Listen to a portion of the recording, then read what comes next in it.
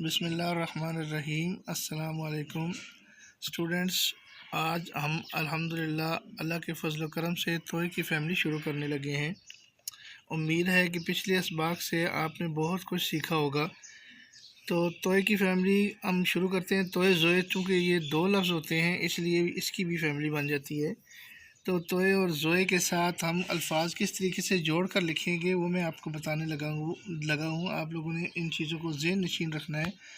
अब तोय के साथ अलिफ अगर लिखना है तो ये तोय लिखने का ये तरीका है, यहाँ नीचे से थोड़ा सा टेढ़ा करके ये, और इसके साथ ये अलिफ ऊपर बिल्कुल सीधा ले जाना है। तोय के साथ अलिफ लिखा जाएगा। और इसी की तरीके से अगर तोय के साथ हमने बे लिखना है तो ये लेटी रे करने के बाद ये बे लिख देंगे, ये तोय के साथ, जैसे तिब लिखा जाता है।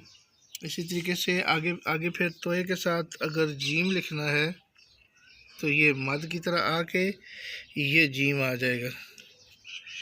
ये तोय के साथ चे लिखना है, ये जीम लिखना है तो ये इस तरीके से लिखा जाएगा।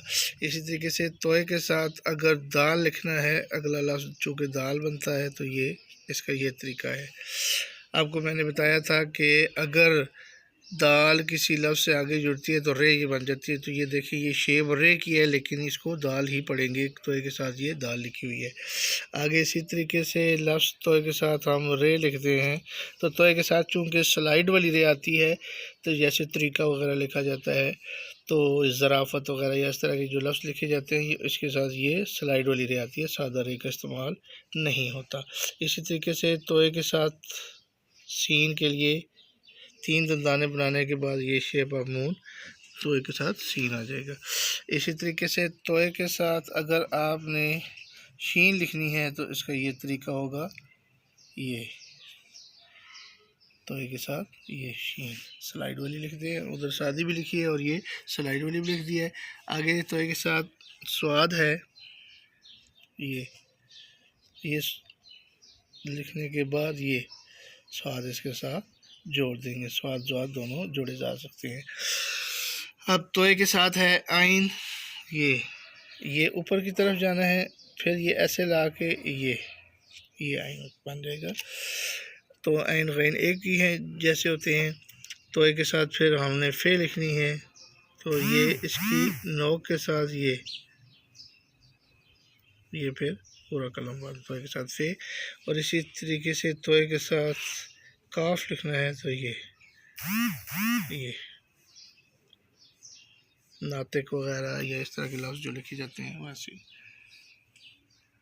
और तोय के साथ क्याफ या गाफ जब लिखी जाती है तो ये बिल्कुल ऊपर लेके जाना है और फिर ये क्या पूरी कंप्लीट होगी। और इसको गाफ भी लिख सकते हैं तोय के साथ। आगे फिर तोय के साथ लाम, ये चूँकि लंबा लफ्ज़ है थोड़ा सा ऊपर से स्टार्ट करेंगे। इसी तरीके से तोय के साथ मीम, फिर तोय के साथ नून, जैसे लफ्ज़ वतन वगैरह लिखते हैं। फिर तोय के साथ वाव,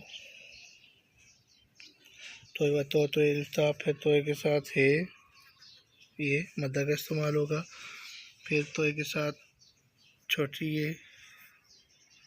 ये इस तरीके से भी लिखेंगे और ये भी लिख सकते हैं यहाँ से ऐसे।